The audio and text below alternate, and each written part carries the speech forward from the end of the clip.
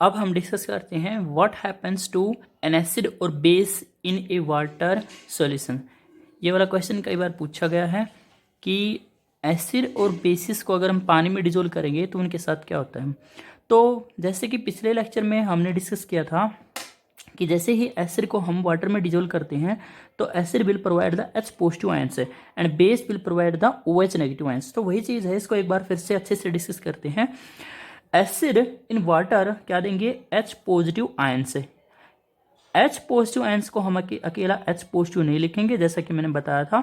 उसको कैसे लिखेंगे, H positive aqueous, because H positive ions by itself exist नहीं कर सकते, वो वाटर के साथ या तो एक्चुअली क्या होता है, जैसे ही हम एसिड को पानी में डिजोल्व करते हैं तो H पॉजिटिव आयन डिसोसिएट हो जाते हैं। एसिड जो है H पॉजिटिव आयन प्रोवाइड करेंगे, अब उस H पॉजिटिव आयंस को कौन सराउंड कर लेता है, water. So that is why we will write H positive aqueous. या फिर हम क्या लिख सकते हैं, या हम एक चीज कर सकते हैं कि दीज H पॉजिटिव आयंस किसके साथ, वाटर के साथ, they will becomes H3O positive ions. So इधर we should write H positive aqueous और H3O पॉजिटिव, और उसके साथ में क्या मिलेगा, एक अनायन भी होगा। फॉर एग्जाम्पल जैसे कोई एसिड है हमारे पास, सल्फ्यूरिक एसिड है, तो सल्फ्यूरिक एसिड क्या होता है, H2SO4। If you dissolve sulphuric acid into water it will forms H positive aqueous या फिर H3O पॉजिटिव आयंस, और साथ में कौन होगा इसके, सल्फेट आयन SO4 की पावर 2 नेगेटिव। तो H पॉजिटिव आयंस और ये कौन है, एक अनायनिक पार्ट है। बेस पानी में जाकर क्या देते हैं, बेस देंगे OH negative ions and they will provide a cation. For examples let's suppose हमारे पास NaOH है, तो NaOH वाटर में डिसोसिएट हो जाएगा, किसमें, it will provide in OH negative ions aqueous, and साथ में कौन बच गया, ये रह गया हमारा cation Na positive ions. So all the acid have the H positive ions. All the acid provide the H positive ions in water, while the bases provide OH negative ions in water. So इसको समझने की कोशिश करते हैं। Let's suppose हमारे पास एक test tube है, उस टेस्ट ट्यूब में कौन पड़ा है, नीचे सोडियम क्लोराइड, और ऊपर से हम उसमें से कॉन्सेंट्रेटेड सल्फ्यूरिक एसिड है। द वर्ड कॉन्सेंट्रेटेड मतलब क्या होता है कि प्योर H2SO4, ठीक है, very very little amount of the water is present in this acid, और डाइल्यूट में होता है, उसमें पानी भर भर के मिला हुआ है। तो ऊपर से हम सल्फ्यूरिक एसिड डाल रहे हैं, नीचे से क्या डाल रहे हैं, उसमें हम नीचे से क्या है हमारे टेस्ट ट्यूब में, सोडियम क्लोराइड से। सो क्या होगा, जैसे ही हम इसमें डालते हैं तो एक गैस निकलती है, ठीक है। तो गैस को जब हम एक ब्लू लिटमस पेपर के साथ, मोइस्ट ब्लू लिटमस पेपर के कॉन्टेक्ट में लाते हैं उस गैस को, तो ये गैस हमारी जो पीएच पेपर हमारा रेड कलर का बन जाता है। तो देखो दो इसमें हम केस पढ़ते हैं, क्या पढ़ते हैं वही बता रहा हूं। पहले तो इक्वेशन क्या होगी, इसको देख लो, यानी कि बनेगा क्या हमारा, तो जो बनेगा वो कौन है हमारा, NaCl + H2SO4।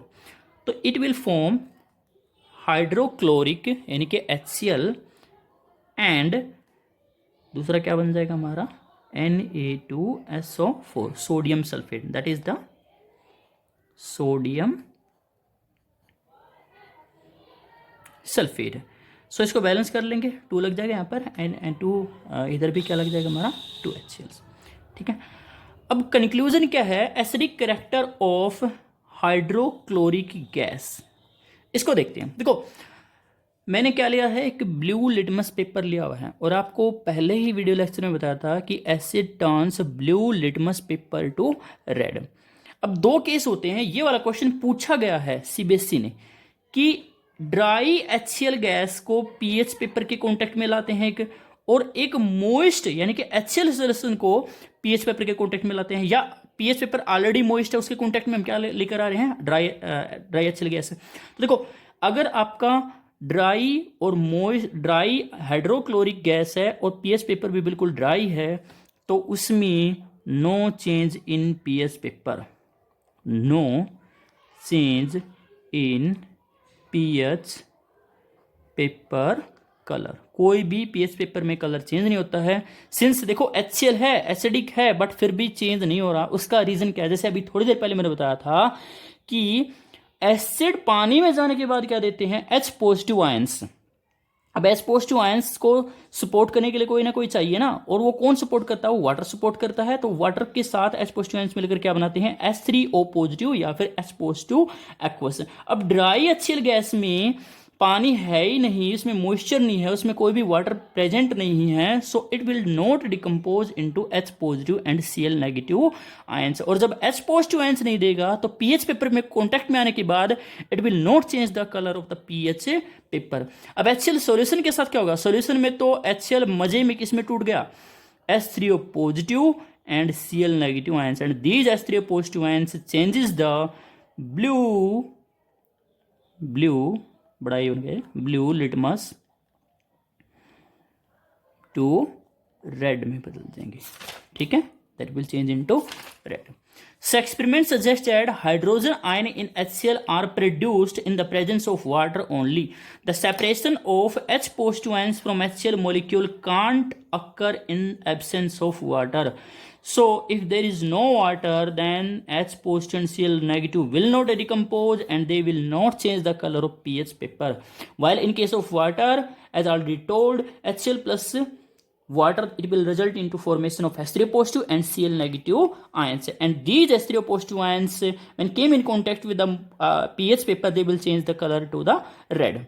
So this is because H positive ions cannot exist in alone. So H positive ions can exist when it combined with the water, और वाटर के साथ कंबाइन करके भाई क्या बना लेगा? This is the very very very important question sir. So hydrogen ion must be shown H H positive aqueous और H3O positive. अब डिफरेंट तरीके से क्वेश्चन पूछ सकता है. पहला तो डायरेक्ट ये पूछ सकता है कि ये एक्सपेरिमेंट होगा जब NaCl और H2SO4 को मिलाएंगे तो कौन सी गैस रिलीज होगी? आंसर है हाइड्रोक्लोरिक, जो हाइड्रोक्लोराइड गैस है, HCl गैस है, वो रिलीज होगी, ठीक है. दूसरा पूछ सकता है कि क्या होगा जब HCl गैस को ड्राई HCl गैस को आपका पीएच पेपर भी ड्राई उसके कॉन्टेक्ट में लाएंगे तो आंसर क्या है उसमें? No change in colour. दूसरा पूछ सकता है ड्राई HCl गैस को मोइस्ट पेपर, मोइस्ट का मतलब गीला, ठीक है, तो उसमें वाटर होगा, वाटर के कॉन्टेक्ट में HCl गैस आएगी, HCl gas decompose into H positive ions, or that will result into formation of H3O positive ions and this will change the color of the pH paper to red. Now bases in water, ये तो acid की बात हो गई है. Base क्या करते हैं वाटर में? When a base is taken in water it will furnish OH negative ions. जैसे एसिड H positive ions पानी में देकर मारते हैं, ऐसे ही बेस OH negative ions पानी में प्रोड्यूस करेंगे. For example NaOH into water it will form the Na positive and OH negative ions. Another example is written there that potassium hydroxide in water it will result into formation of K positive and OH negative aqueous. लगाना मत भूलें, ठीक है, इधर भी aqueous लगेगा. For example magnesium hydroxide क्या मिलेगा? Mg2 positive ions aqueous and 2OH negative aqueous. So bases produce the hydroxide ions, this is known as hydroxide ions. And वो जो मैंने बताया था H3O पॉजिटिव क्या होता है? Hydronium ions. So acid produce the hydronium ions in water while the bases produce the hydroxide ion OH negative ions in water, due to which the air aqueous solution is the conductor of the electricity and due to OH negative ions they are the basic in nature. तो भाई आपसे कोई पूछे कि acids की acidic nature का राज क्या है, तो उसका आंसर है they will produce hydronium ion H3O positive ions in water. और बेसिस की बेसिसिटी का राज क्या है? दे विल प्रोड्यूस और they will furnish OH negative ions in the water. Alkali बार बार बता चुका हूं, एल्कली क्या होते हैं? Water soluble bases are known as the alkali. For example this Na positive and ये sodium hydroxide, potassium hydroxide, these are the alkali. But कुछ बेसिस ऐसे होते हैं जो वाटर में सोल्यूबल नहीं होते हैं, तो वो एल्कली नहीं होता, जैसे एल्यूमिनियम हाइड्रोक्साइड है हमारा, ठीक है. न्यूट्रलाइजेशन रिएक्शन से 50 बार पढ़ चुके हो. When acid and bases react they will result into the formation of salt and water. Acid and bases are cancel, यानी कि that's just opposite to each other, so they will nullify their each other effect. So क्या हो जाएगा हमारा? Neutralization reaction से the reactions of an acid with base which result into the formation of a salt and water is known as the neutralization reactions, because acid and bases are opposite in nature to each other, they will nullify their effect. For example, hydrochloric acid react with sodium hydroxide, it will result into formation of salt which is known as the NaCl and H2O.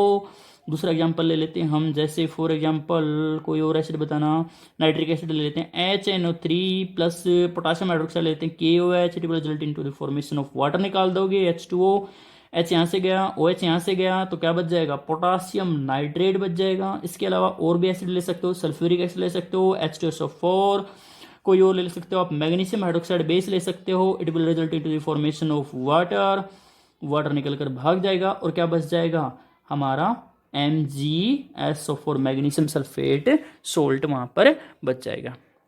अच्छा visible नहीं रखा, sulphuric acid plus magnesium hydroxide will result in to formation of magnesium sulphate and 2 water molecules हैं। So note लिखा है यहां पर, क्या लिखा है, the process of dissolving an acid और base in water is highly exothermic process. This line is very very important. कैसे इंपॉर्टेंट है, अब मान लो आपने जैसे कोई आपके पास बीकर है, डब्बा है या टेस्ट ट्यूब है, उसमें आपने वाटर लिया और उसमें से एसिड डाला और टेस्ट ट्यूब को नीचे से छू कर देखा, तो क्या बोलोगे आप, हाई गर्मी, ठीक है ना, क्योंकि टेस्ट ट्यूब्स और बीकर बिकम्स क्या, हॉट।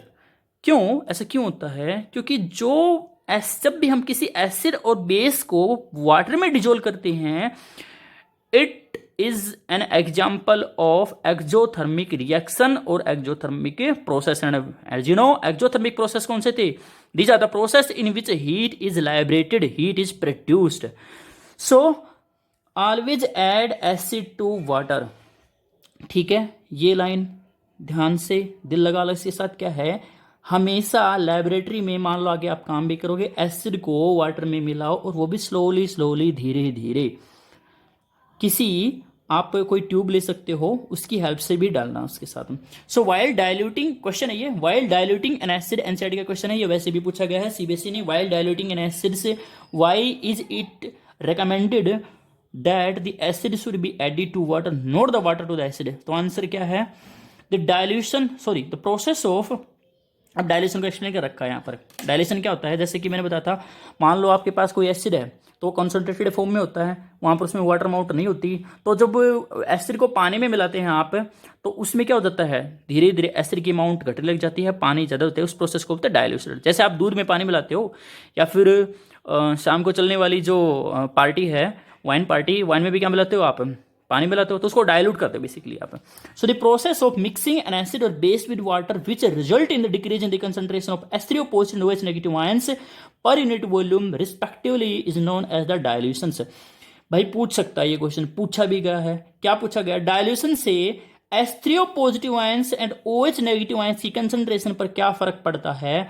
तो भाई इसको ध्यान से सुनो, डाइल्यूशन का मतलब होता है ज्यादा से ज्यादा पानी मिलाना, ठीक है, उससे H3O पॉजिटिव आयंस की और OH नेगेटिव आयंस की कंसंट्रेशन डिक्रीज होगी। कैसे, लेट्स सपोज आपके पास 1 लीटर सॉल्यूशन है और 1 लीटर सॉल्यूशन में आपके पास H3O पॉजिटिव आयंस 100 है, ठीक है, और उसने आप उस सॉल्यूशन में 1 लीटर सॉल्यूशन में अपने और भी पानी मिला दिया, लेट्स सपोज 2 लीटर और पानी मिला दिया, तो सॉल्यूशन का वॉल्यूम हो गया मेरा 3 लीटर।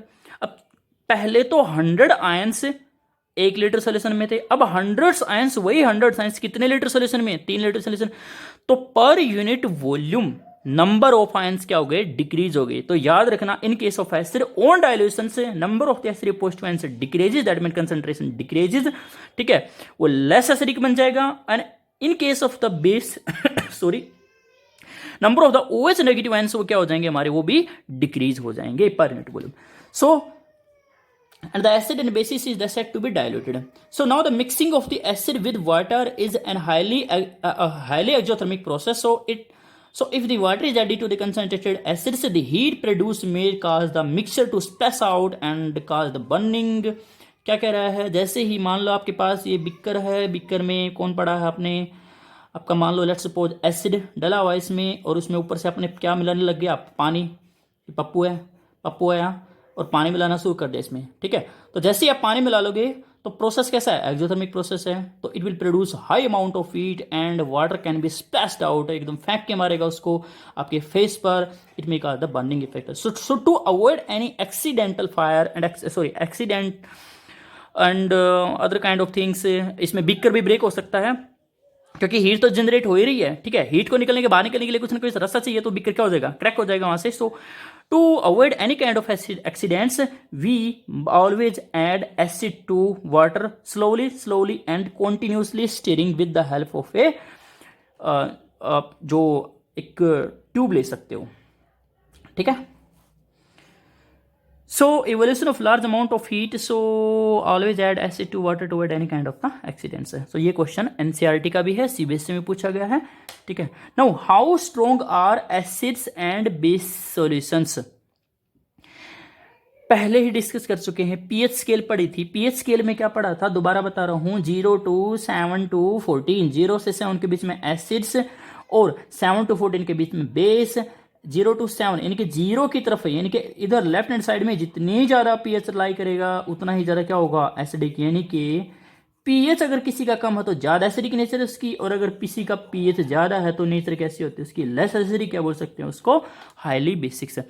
तो यहाँ पर टेबल में कुछ चीजें लिखी हुई है सॉरी।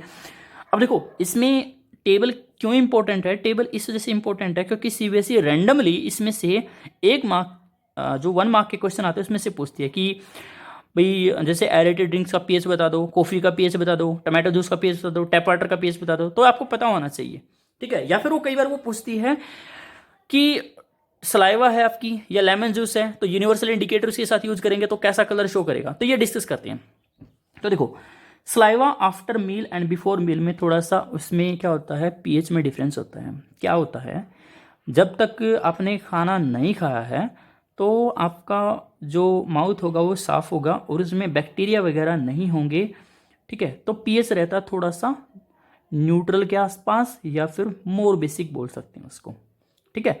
लेकिन जैसे आपने खाना खा लिया तो अगर ब्रश नहीं किया आपने तो there will be some unleft food particles and these food particles are break down by bacteria, और बैक्टीरिया के ब्रेक डाउन होने से क्या होगा, CO2 गैस प्रोड्यूस होगी। CO2 गैस प्रोड्यूस जो होगी वो सलाइवा में मिक्स करके क्या बना लेगी, कार्बोनिक एसिड, और इस कार्बोनिक एसिड की वजह से आपका पीएच थोड़ा सा डिक्रीज हो जाएगा और थोड़ा सा एसिडिक हो जाएगा।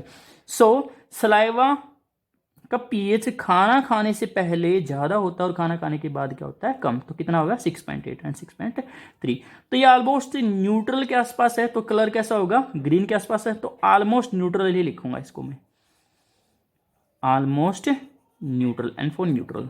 6.3 थोड़ा सा कैसा हो जाएगा, ये एसिडिक हो जाएगा।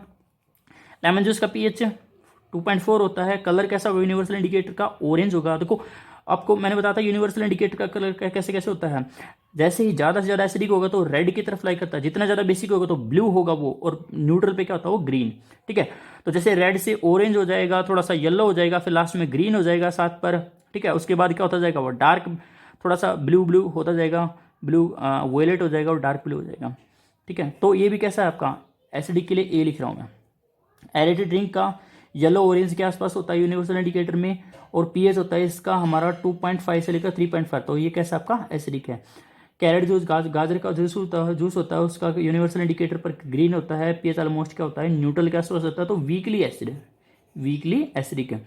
कॉफी का पीएच हमारा जो होता है 5 से 6.5 के बीच में होता है, येलो ग्रीन कलर शो करता है, तो ये भी कैसा होता है, वीकली एसिडिक होता है। टमाटो जूस जिसमें कौन सा एसिड होता है आपका ऑक्जेलिक एसिड होता है, तो येलो कलर शो करता है, पीएच होता है 4, ठीक है। और आपका जो लेमन जूस था उसमें कौन सा एसिड था, सिट्रिक एसिड था, तो ये भी कैसा आपका एसिडिक है।